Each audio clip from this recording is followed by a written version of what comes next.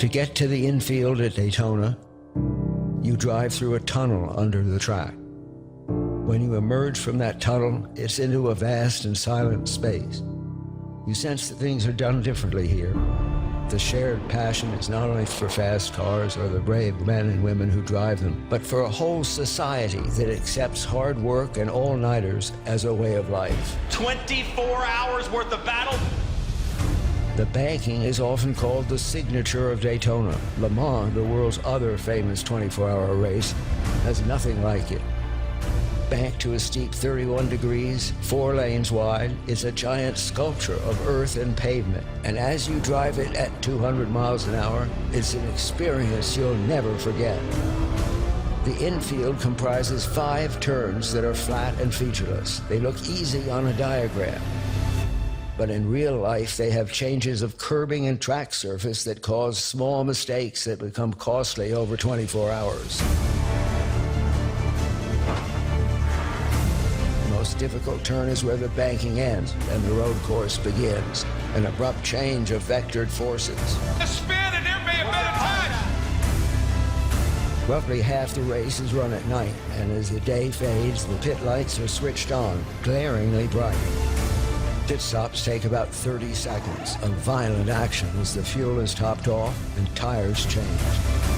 The rules call for 3 drivers per car, and through the long night, each in turn strives to be the fastest of the 3, fully aware that his reputation depends upon it. The drivers are the best in the business. Hurley Haywood and Scott Pruitt share the record for most wins here, with 5 each. This year, the world's top sports car drivers will face stars from Indy, NASCAR, and Formula One. The youngest ever back-to-back Formula One world champion. There are 4 classes, 2 for prototypes fighting for the overall win, and 2 for GTs, which attract all the major manufacturers for a chance at the prestige conferred upon their production cars by winning Daytona. In this year's top GT class, BMW, Corvette, Ferrari, and Porsche will try to fight back against 2-time defending champion Ford. That was just perfection times 2. Dawn comes, the sun rises pale over the horizon. It's cold, Florida cold, cold when you expect it to be warm. Half a dozen cars are running well and in contention for the win. Each team has its own plans, and now is the time to see them play out.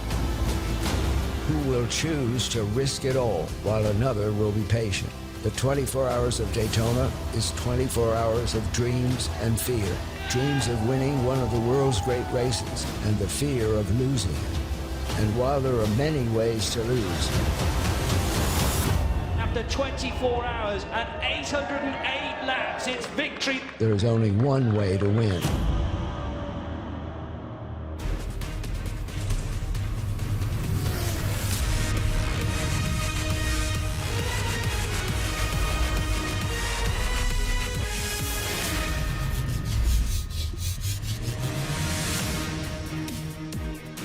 Round 1 of the 2019 IMSA WeatherTech Championship and the Rolex 24 at Daytona is complete. Welcome to our post-race show of the 57th running of this famed event. Celebration continues in Victory Lane here at the World Centre of Racing, and rightly so. Boy, this one was a tough one. Not that any of them are easy, but this one was particularly tough because of Mother Nature. Hi folks, Lee Diffie along with Calvin Fish here with you, trackside high above the start-finish line and Victory Lane. You know, Carl, each and every year here at the Rolex 24, the teams and drivers know they're in for a tough one. That's what the Twice Round the Clock Classic is all about. That's what endurance sports car racing is all about. This one was particularly challenging because of the weather. You know, the meteorologists get a pretty hard time really in general, but they were spot on. Everybody knew the rain was coming, but it came with force in the early hours of the morning. I'm not sure if people will talk more about the weather we'll talk more about for the first time ever this race was cut short, some 10 minutes short, or will they be talking about Fernando Alonso getting his first Rolex 24 win? Well, what a day. What a different dynamic to last year. Last year, 4 cautions over 24 hours. This year, 17 cautions, 2 red flags for the strategists. What a headache. How do you back time this race? They didn't know if it was going to finish under green, under yellow, under red, and that's ultimately what we saw. So a little bit of luck at the end of the day. We saw the Ford number 67. They were on a really good strategy to do it on 2 more stops. Suddenly it went red, and they had to duck in the pit lane to take emergency service, and it cost them a podium finish and maybe the win as well. I mean, it was almost like a game of roulette, wasn't it? You know, throw the ball in there, see where it comes out, see whatever number it lands on. But I mean, it had so many twists and turns, this race, and then the weather. By the way, 2 stoppages in this race, that's unprecedented as well in the history of this grand event. Just awful conditions, and as much as the IMSA officials try to get this race going again, they had to err on the side of safety because at times the cars were just aquaplaning and out of control. You were getting various opinions across the board from the drivers in terms of what they were feeling out on the racetrack. Some who had the lead, they wanted a red flag. They didn't want to continue in those conditions. People who had poor track position, they wanted the ability to move further forward. So a little political mind game going on there at the same time. I love the diversity and the fact that the IMSA WeatherTech Championship is now back up to 4 classes with LMP2 included. It was an interesting race for that class as well. Not many competitors, just the 4 competitors, but it was still a great race in that class, wasn't it? It really was, and the car that won had a lot of damage at the end, so they were just hanging on. They liked that red flag at the end, I'm sure. All right, let's get to some highlights and have a look at what was a very eventful day. Kicking it off at just after 2:30 in the afternoon. At the start, it was the Mazda of Oliver Jarvis who led the field to green, but under pressure from Montoya immediately. Then drama for Ryan Briscoe. He clipped the wall on pit out, had another spin, had to go back to the garage area. That was not the way the 67 wanted to get the day going. Hour 2, this is Alex Zanardi, the legend, the 2-time IndyCar champion, competing in the Rolex 24 for the first time with those hand controls. Trouble with the steering wheel, but he eventually got going. Yeah, big delay, but when he got on the racetrack, what a performance he put in. Great lap times. Oliver Jarvis down on the low line, the pole sitter, the race leader. He didn't always make the right decision, and the Team Penske Acuras were there to pounce for the overall lead. Montoya looked really strong. Then Fernando Alonso gets his first stint. He was up on his wheel all day long. Then a dramatic moment here. Corvette pit stop. The cars coming together. Ollie Gavin cuts it a little bit too close. Major damage to the front end of the number 3 car behind him. They lost 3 laps in that incident. Scooting ahead to hour 4, and this was, I mean, we'd already had a taste of it, but the battle between the Cadillacs and the Mazda for the overall lead was scintillating. It was a seesaw battle. Acura had the pace. Cadillac had the pace. Nissan were just in the shadows of all 3 of these manufacturers. Mazda still there going into hour 5. Really great GT racing, not only in GT Le Mans, but this class, GT Daytona, and the 33 Mercedes-AMG of Riley Motorsports was really quick early in this race. Yeah, that Wins machine looked like it had the pace over everyone in the early going. Very strong indeed. There was contact. There was contact a lot in this race. This involved one of the front-running Mazda Team Yost prototypes, the 55. Yeah, he gets turned around in another spin a little bit further around the infield. So this multi-class racing, you'll have incidents all day long at a track like this. Hour 6. And yes, this was worrying because there was an LMP2 prototype facing the wrong direction. Fortunately, the majority of the field missed it. Yes, blind coming through turn 1. You don't see that car till the very last second, and there you see the evasive action. This here is a tight tussle up into the International Horseshoe, and unfortunately for Team Penske's Ricky Taylor, it did not go the right way. Yes, on a restart, everyone on cold tyres, 2 drivers going harder. Timo Bernard on the outside in the Mazda. Ricky dives down the inside, gets it a little bit wrong, quick spin, little bit of damage to the front end, which they fix on the next pit stop. And battling with Timo Bernard there, Timo wouldn't see a lot more of the race, just like the sister car, Olivier Pla in the 55, problems for the first Mazda prototype. Yeah, just shuts it down, he gets it reset, gets going again, but they'll have drama a little bit later in the race. Got back to the garage, there was a small explosion there, and then there was more to come. This is the team car. I mentioned Timo Bernard, he was behind the wheel. There were flames coming from the back of the 77. Incredible, and it happened within 10 minutes of the problems to the sister car. This car will see no further action during the course of this race. That's right, Cal, the 55 did get back out. We scoot ahead to hour number 8, and again we mentioned great GT racing. However, it wasn't going so well for Paul Dall'Anna in the Spirit of Life Ferrari. A little bit of a contact there, he cuts down a tyre, but this battle raged all day long. Whelen Engineering, number 31, going hard at it with a Konica Minolta number 10 entry. There was really close racing, but very respectful and fair racing for the overall positions, and it was a strong representation from both Team Penske's Acura prototypes up front. They've come out of the gate really strong this year, Lee. They led a bunch of races last year, but only got one victory. They hope to put that straight this year. It was a little off-track excursion for one of the Team Penske's. This was the number 6, but no harm, no foul there. Plenty of runoff. We're already up to the 11th hour now. Check this out. GT Le Mans battle. The Porsches were awfully strong, particularly at the end of the straightaways. They were cutting through this field like a knife through butter. At the halfway point. Yes, only the halfway point. So much happened in this race, but the Corvettes and the BMWs and the Ferrari, they knew that they had a tough battle on their hands with these Porsches. Yeah, there was not an inch given between these front runners in GT Le Mans. Continued all day long with major drama later in the going. So the 55 did get going again for a period of time, but then there was more contact. It was a really problematic and troublesome run for the Team Mazda Yost prototypes. Big moment in the race here. The number 6 car that had led many laps in the early going. Suddenly, Simon Pagenaud brings the car into pit lane. There's drama going on with that car. 31 car back to the lead. Boy, that had some pace, that car. But so too did this, the 10 Konica Minolta Cadillac. It's a real arm wrestle between these two teams, powered by the same power unit. And now let's start talking about weather, because it was the big talking point. Quick spin there by one of the 4 GTs. No harm, no foul. Oh yes, wait for this. Corvette, Tommy Milner. Slam. Big contact. Yeah, a winner here from 3 years ago. Tommy Milner walks away a little bit shaken and bruised, but he is okay. And that was just the beginning. That was the first of many, many incidents over the next hours of the race. And for the first time, in this race anyway, there was a stoppage, the first of 2 red flags as we go ahead to hour 19. And after a lengthy stoppage, Fernando Alonso, Alex Zanardi and the rest of the drivers were told, get back in your cars, we're going racing. But then, under green flag conditions, right on the restart, one of the GTD cars spins on the front straightaway.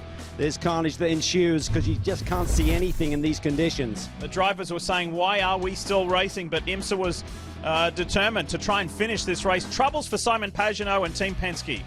Yeah, this was bigger drama. Somewhere in the engine bay there was an issue there. They didn't get the car back out, took it to the garage, had to call it quits. And then Ricky Taylor, while spending an enormous amount of time as the lead car behind the safety car, the pace car, he didn't feel well. So team president Tim Cindric said, you get out, we'll put Helio Castro-Neves in. That was a good move. Back to racing once again, but look at the conditions. Look at the rooster tails coming off the back of these prototype machines. Really, really difficult for everyone involved. This was not a good moment for the overall lead in, or rather for the lead in GTLM. Joey Hand got taken out by Fred McElwicky. There'll be more on that story to follow, I'm sure. Yeah, there's not a lot of love lost between Joey and the Porsche boys. We'll have to see how that one shakes out over the course of the year. But Jordan Taylor was a man on the move. Durrani did not feel comfortable aboard the 31. He had to give it up. It was a pretty good debut for the 54 team of Core Autosport, although Romain Dumas suffered this spin and damage at the back, but they kept charging on. Podium finishes here. Last year they finished just off the podium, but a strong debut for them and the Nissan DPI. Spin here in the Scuderia Corsa WeatherTech Ferrari, but they'll take that one considering what was to come. The Land car, the number 29 Audi, was very much in the hunt for the lead all day long, and then suddenly the conditions deteriorated. Vantor had a spin coming into pit lane. You remember what Calvin said earlier? 17 caution periods. That was another one. But have a look at this. The 31 Whelen Cadillac, the 10 Wayne Taylor Cadillac, they traded spots for that top spot. Great passes, hard racing. This was exhilarating to watch. Same part of the racetrack, turn 6, getting up onto the banking. Felipe Nasr gets the power down. There's a big twitch, but he gets it to the front. And then Felipe Nasr let it get away from him under really challenging conditions. Not the only one there at turn 1. And Fernando Alonso to the left of the screen. He skips through into the lead, which would ultimately be the winning move. More drama for the Land car. Gets a quick spin there. Daniel Morad was running in the second position. Misses the barrier, continues. A podium run was theirs today. So then, Fernando Alonso in the lead, narrowly misses Sebastian Saavedra, who ended up going on to win in LMP2. That was a close call for him. There was an off-track excursion by the JDC Miller Cadillac, but no worries, plenty of runoff there as well. Then we saw a caution. Di Francesco survives that moment. But for these guys, what drama. They're on a strategy to get to the finish with 2 stops to go, and they got caught out with a yellow and then a subsequent red flag, and that would cause them a penalty issue at the end of the day. And then Alonso, having pitted from the lead, has a chat with a safety car driver to get his thoughts on the conditions. You can only imagine he's saying, no more, no more. And then the race was called complete at 23 hours, 50 minutes. For the first time in the event's history, it has been cut short with the number 10. Team of Jordan Taylor, Fernando Alonso, Renger van der Zande, and Kamui Kobayashi winning the Rolex 24. Cadillacs win for the 3rd time in a row with their new DPI car. Acura strong run to the podium, but look at the 54 squad. Really good run there for that Nissan. First blue highlighted numbers you see there. Sebastian Saavedra, Roberto Gonzalez, Pastor Maldonado, and Ryan Cullen win in LMP2 for an American Elton Julian's team, Dragon Speed. And then the red numbers there are GTLM. An emotional victory for BMW, the number 25 car capturing the win. And Connor DeFilippi and Colton Herter winning, 2 Americans in that BMW. Congratulations to them. The green numbers are GTD and back-to-back wins for the Grasser Racing team. Yeah, and there's 2 European teams on top. That means that Tanzan Bell and company, they're going to be looking really strong in the points as the first full-season entrant finishing in the podium. We're already deep into the 30s. 47 cars started this race, and there are 2 cars on the final page of graphics here we're going to highlight for you, 55 and 77. That are way back there. The 2 Mazda Team Yost prototypes, that is not what they expected. 42nd and 46th. That is a real shock because that team, I don't want to see that team is better than that. That's stating the obvious. I feel for them. They worked so hard in the off-season. They are desperate to win an IMSA prototype competition. It's coming. It will come. They got so close last year, but that wasn't in the plan for today, well, the last 24 hours. They were very strong at the end of last year. They led handily at WeatherTech Raceway, got tripped up by a back mark, had 2 cars on the podium at Petit Le Mans. Big reorganization in the off-season. They've revamped the engine, new aerodynamics. They showed the pace all week long and at the test 3 weeks ago. And they had the pace early, but still some technical issues there with Mazda. I think they'll come back strong at Sebring. We can't control Mother Nature, right? But I kind of feel robbed because there were so many good battles going out there. And, I mean, there's nothing wrong with racing in the wet. We've commentated on it many times here. But if it was just a little bit less, I think we would have had more stellar racing for more hours to come. Yeah, it was just such a fine line. The standing water is an issue, but when the cars are running around under yellow, you're not clearing that water. Those Michelin tires are really working well, and they can really pump hundreds of gallons a minute off the racetrack if you're running at full speed, but going around slowly, it was just really hard to get the racetrack back. Yeah, so a very interesting one. It's given us a lot to talk about as we look forward to the second round of the IMSA WeatherTech Championship at Sebring International Raceway in mid-March. Well, we had the Peacock Pit Box here. It was a welcomed addition, and we're going to take you there when we come back to our post-show in just a moment.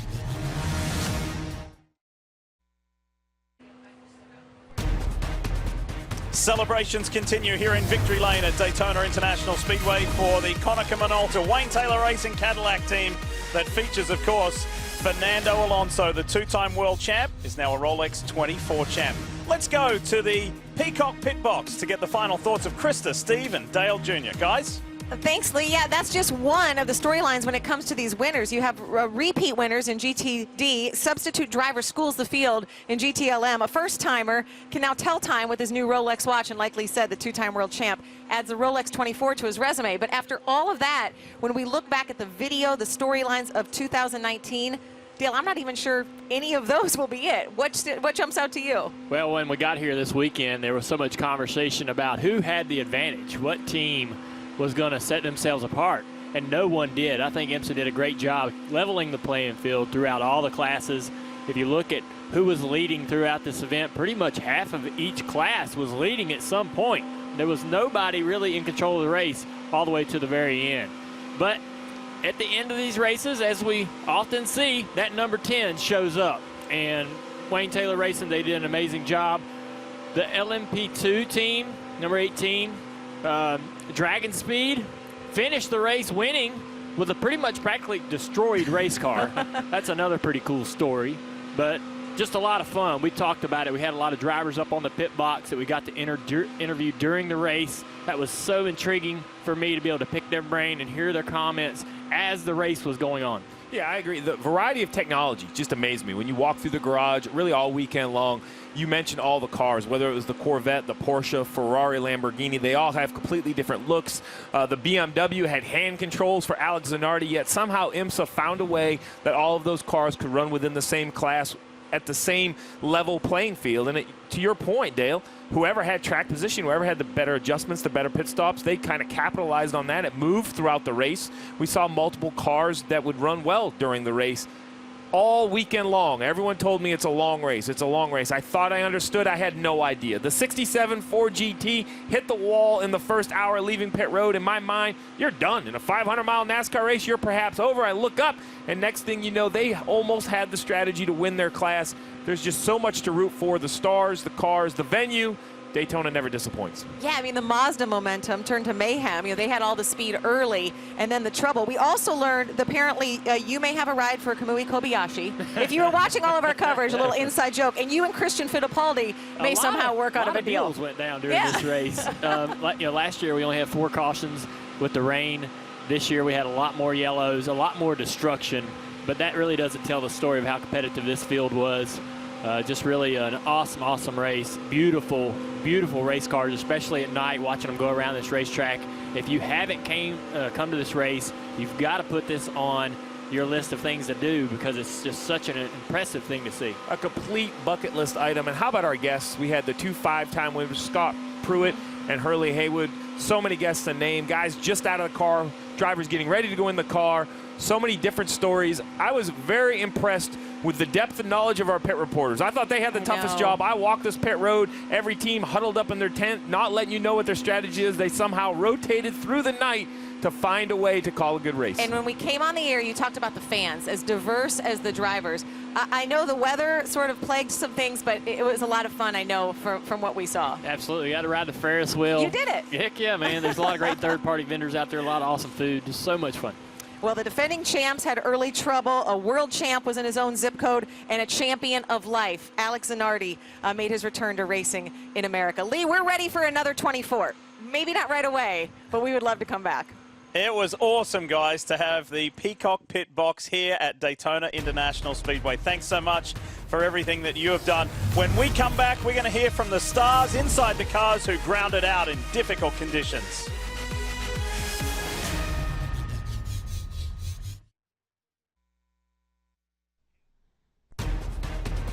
Seeing Alex Zanardi race in the United States again for the first time since 2001 was a real treat. It didn't quite go their way as far as results are concerned, but Alex will have a lifetime memory of doing this. And the 2-time IndyCar champion, he leads off our driver interviews.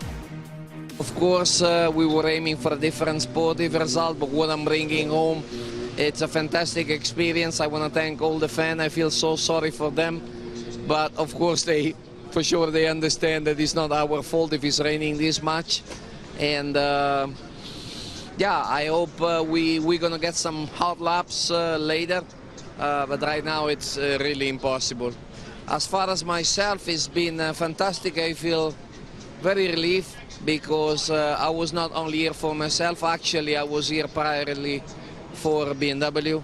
I wanted to represent them to the best of my ability, and that meant that any mistake I would have done could have cost them a lot. Unfortunately, we really lost the race for other reasons, but this is racing. There's nothing you can do. And I feel so sorry for all the engineers who worked so hard in getting this event ready so beautifully well. The reality is that we've gone through any type of scenario. We'll try to simulate all the potential problems, and we solved many problems we had at the beginning. And here we come, first pit stop. We had a new one, but you know, it happens, and you can only try to come back, maybe in another time, and have that one cover as well. But we'll see. For now, it's been a fantastic experience for me, and I want to thank, you know, all the people involved with the Rolex 24 for making me feel so welcome this weekend. But there were moments during this race where it looked like it would be this 31 Whelen Engineering team from Action Express that was going to end up on the top step of this podium. Felipe Nasr, I'll start with you, because what was it like there, the closing moments of what it turned out to be the end of this race with these tricky conditions? Yeah, it was very tricky, and all I can say, we had an amazing car all the race, and all these guys did an amazing job as well to keep it in the track, because it was hard. And I have to say, 3 laps earlier, I was leading the race, so it's a hard one to accept, but you know, that's racing. And as I said, everyone in Action Express, amazing job, the mechanics. It's hard work, I tell you, out there. To be driving in those conditions was very, very difficult, but again, an excellent race for the Cadillac, for the 31 Whelen Cadillac, and we move forward. Eric Kern, for you, 25 years plus of this racing, you know the highs and the lows. What's the feeling at the end of this one? It's tough. It's bittersweet, you know. I mean, I never thought I'd be complaining about finishing second at the Rolex 24-hour, but we did that last year, and we really wanted that top step of the podium. But like Felipe said, I mean, he did a phenomenal job at the end of the driving in those conditions, and the Action Express guys just continue to get on the podium race after race, and you know, Sonny Whelen and Whelen Engineering, we love doing this for them. And, you know, it would have been nice to get that watch, man. I've been trying for a long time to get that, but oh well, we'll try that again next year. Pippa Durrani has the watch. Can't get another one just this year, but what are the positive takeaways of the performance of this team today? Well, first of all, you know, it's an amazing job from the team, my first time with them. So obviously we wanted to start the championship one step better, but, you know, we'll take it. Unfortunately, the weather was really difficult today. It was dangerous out there, and you gotta accept the decisions. And even though it's not the best to finish the race like this, it's still a second place finish, and we'll take that. So a big thanks to Whelen, Action Express boys, and everyone involved, because it was a tough race, and to be here in second, it's bad, but it's not that bad. Congratulations to you guys on a great effort. All right, the GTD second place, Montplace by Land drivers. I know, guys, this isn't what we wanted, but Chris, talk about the conditions and just what it took to even get as far as you did. Well, I was quite happy that I was in the car and Daniel was in the end. You know, it's quite tricky with all the aqua planning. I mean, we got some help with TCA, traction control and ABS, but in the end, you know, once you get aqua planning, you can't do anything anymore. And yeah, of course we would like to win this race, but if someone would have told us yesterday that we can fight for the win, you know, we would have said okay. But yeah, it's the way it is. It's for sure a bit frustrating, but still P2 in a 24-hour race. Under these conditions, it's really good. I'm very proud of these guys. Daniel did a good job. Ricardo for the first time here in Daytona, same as Dries. So I'm very, very happy that we finished second. Dries, a podium after that spin. Can you forgive yourself yet? No. But, yeah. Yeah. Well, the most expensive lawnmower than... Yeah, that's true. No, I mean, I think it has been a nice race for us four. It was a pleasure to share the car with them, but yeah, a bit of a strange way to end a race like this for me. If you drive 24 hours and give everything and then enter a race with 50 minutes to go, yeah, it is how it is. But yeah, like I said, P2 is that's where we end. And for my first time here, I think it's not too bad. But for sure, next time I will try to get the win. Ricardo, how would you describe your first Rolex?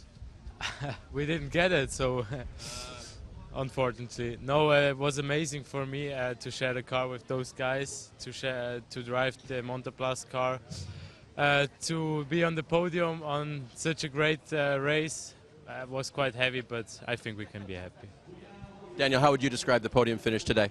I mean, I'm going to be honest. I know they're saying they're happy, but deep down inside, it's a 24-hour race. We put everything into it, and like Chris said, you know, on Thursday, if we said we were going to be on the podium, we'd probably be happy. But when you're second, it's like the biggest kick in the gut because you're so close to the win. And it's one of those situations where, like, you win it or bin it. And, yeah, I think we spoke before they called the race. And I said, you know, for safety's sake, they probably should go with, you know, the safest option. And they did in the end. IMSA made a good call. But I'm just really upset at myself, I guess. I'm sorry to the guys.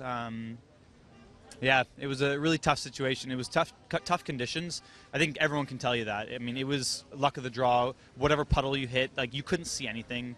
And I just aquaplaned off from the lead, and yeah, that was it. I made a comeback, but literally came inches short when the safety car came out. We were side by side with the 11, and yeah, literally lost by inches. So that's even more of a kick in the gut. But honestly, I love driving with these guys. They're like my brothers, and we had a lot of fun. And let's, hopefully try to do it again. Tough finish today. There will be another race to run. Well, there seemed to be plenty of highs and lows for the Porsche GT 912 team for Earl Bamber. I mean, considering the way this thing kind of got started for you guys with the broken splitter, you seem to have a smile on your face. A podium finish, is that, what you guys set out to do? Yeah, I mean, obviously we came here to win, and the race take a setback in the beginning. We went like 5 laps down with a splitter issue, pitting twice. And then we started to stage a big fight back. By the middle of the night already, we were back on the lead lap, and we're actually leading the race. And I think in the dry, we probably had the car to beat. Definitely were a bit stronger, and then the rain came, and that's where all the chaos started. And I even was chatting with the spotters. I've got Earl, who's Jimmy Johnson's spotter, and we were asking how much info. I said, just do like NASCAR. I can't see anything, just do like NASCAR. And they really saved us today in the rain, and yeah, we managed to come away third. So obviously a little bit bittersweet because I think we had a better car in the dry, but we'll take a third and go to Sebring. It's good championship points, and get to go on the podium in a minute. Certainly a great recovery for this 912 team. Thank you, Earl. Thank you very much. And Porsche will be in the fight all season long in the IMSA WeatherTech Championship. We'll hear from a couple of drivers who commentated, or are they commentators that drove? That's next.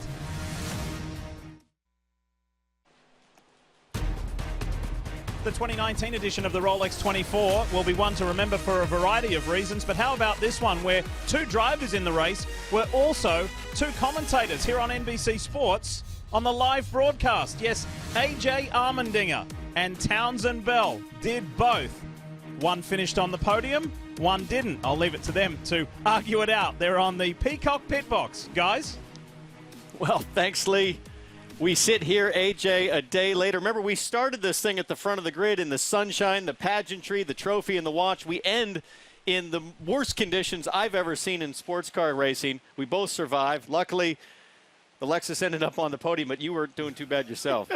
Yeah, I mean, it's as you talked about. I mean, as we sit here right now, I mean, it's pouring down rain. I've done this for 13 years. This is by far the worst conditions I've ever experienced here. There was times that I didn't think we should be running, but IMSA said, let's go on with the show, and it made for great racing. At the end of the day, every class had a great battle, but in our class, there was a lot of ups and downs. You saw the GTD leader with a 10-second lead toss it off basically 4 minutes before they went red flag. So I was in those conditions, and it was hard enough just to drive under yellow and not spin out, let alone get after it in a green flag setting. I flew under a lucky star on this one. I did my stints at the start. I went to bed at 3 a.m. expecting to wake up ready to finish, and I wake up and there's a red flag condition. I slept 8 hours. I feel fantastic.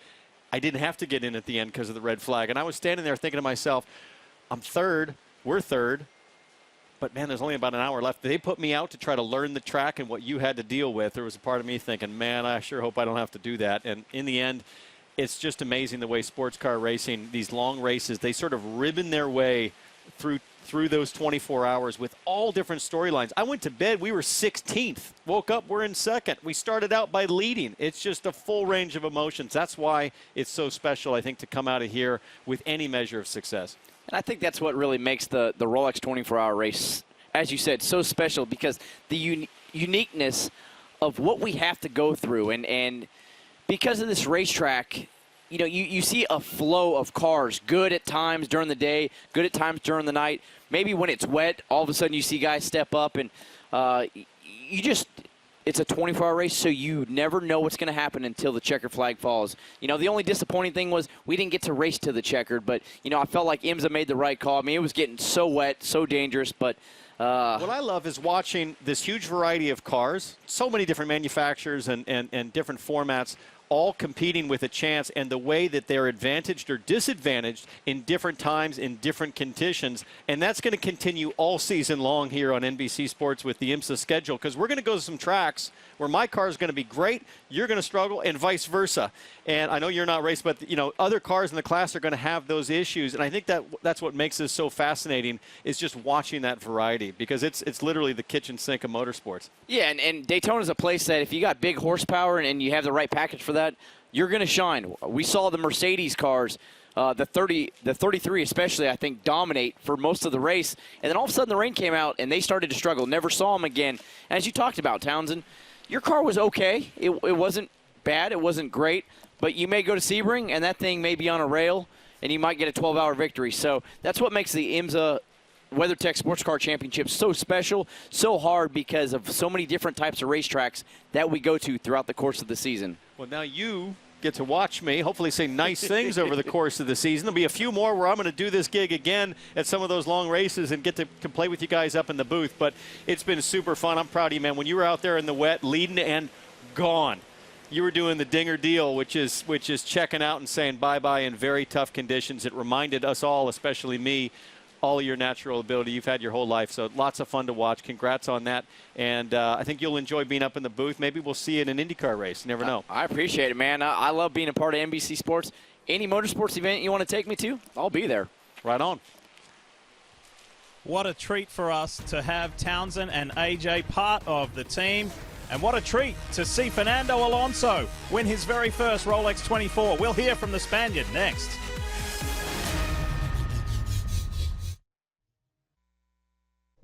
The star power here is immense. Two-time world champion Fernando Alonso. He has a big shot of winning the Rolex 24 at Daytona.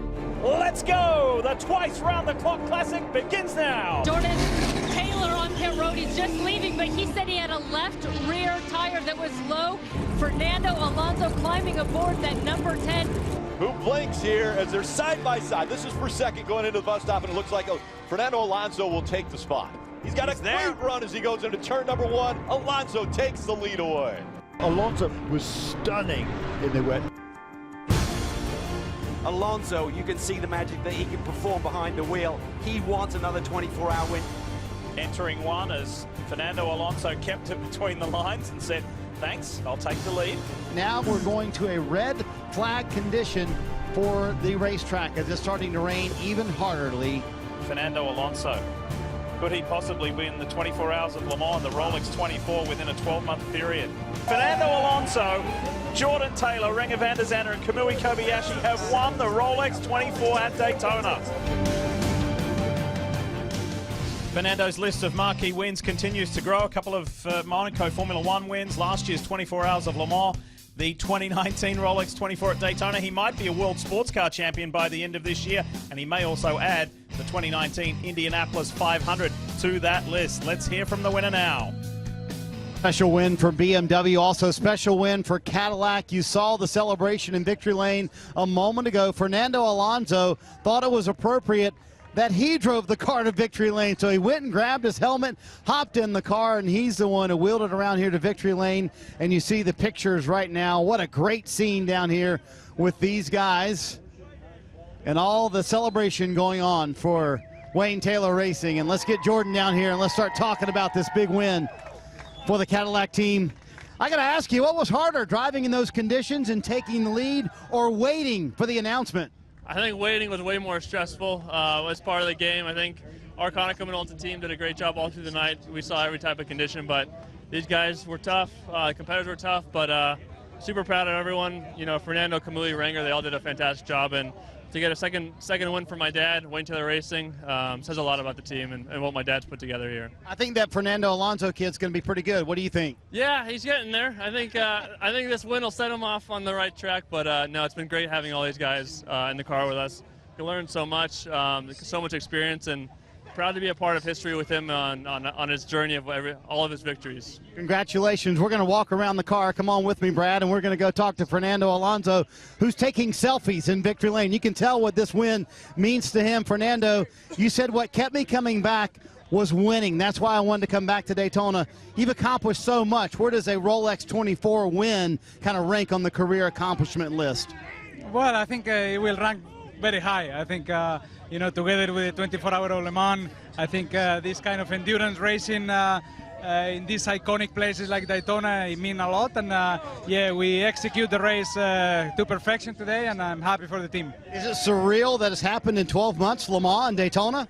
Yeah, well, with zero experience before and, good point. And zero background on endurance racing is quite a big thing, and I've been in the right place in the right moment, so I'm happy for that. All right, let's get Ringer. He's over here. Hey, Ringer, what about being with a team like this and an incredible win for the Cadillac? I mean, it's fantastic. We're going into this championship with full points, full hit, and I joined them last year. It's been very, very nice, and I think we were third in the championship last year. I think we're on a good roll for this one. We won Petit, we won this one, so fantastic. And we have great teammates for this one. Jordan did a fantastic job. I mean, Wayne put some good things together with Konica and, of course, with Cadillac. We're on a roll here. Have you ever celebrated in a wet victory lane while it's raining? I don't mind. If it's sunny or wet, I'm going to pick up that watch.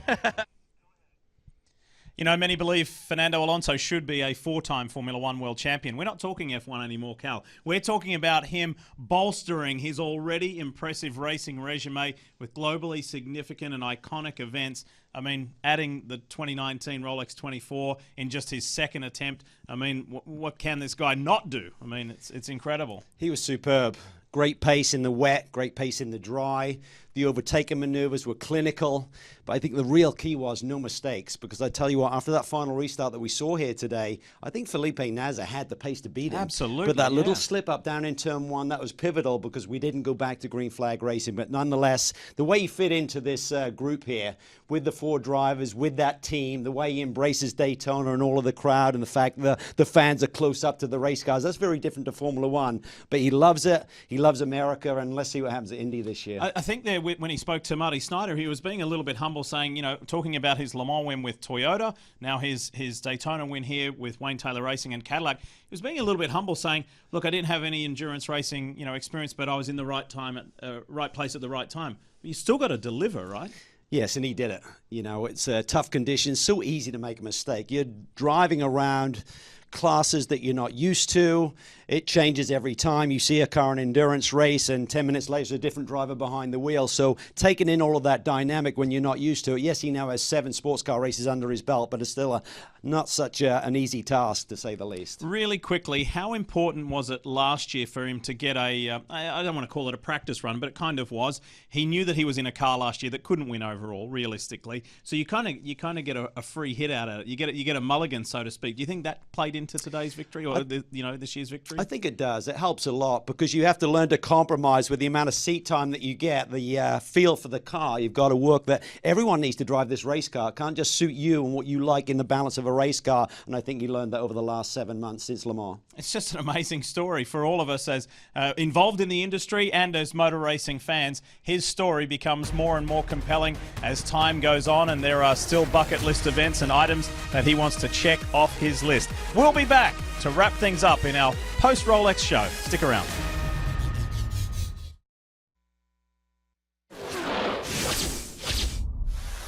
To me, Sebring is the ultimate endurance race. It's not as long as Daytona or Le Mans, but the demands that are put on a car and driver at Sebring are highly unusual. You know, my father raced at Sebring in the late 60s. To win that race 2 years in a row really meant something to me.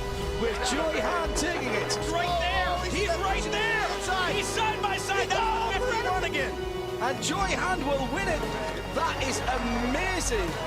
Well, we've won a lot of other races here. We've won just about everywhere. I mean, you name it. But for me personally, winning Sebring those 2 years in a row was very special.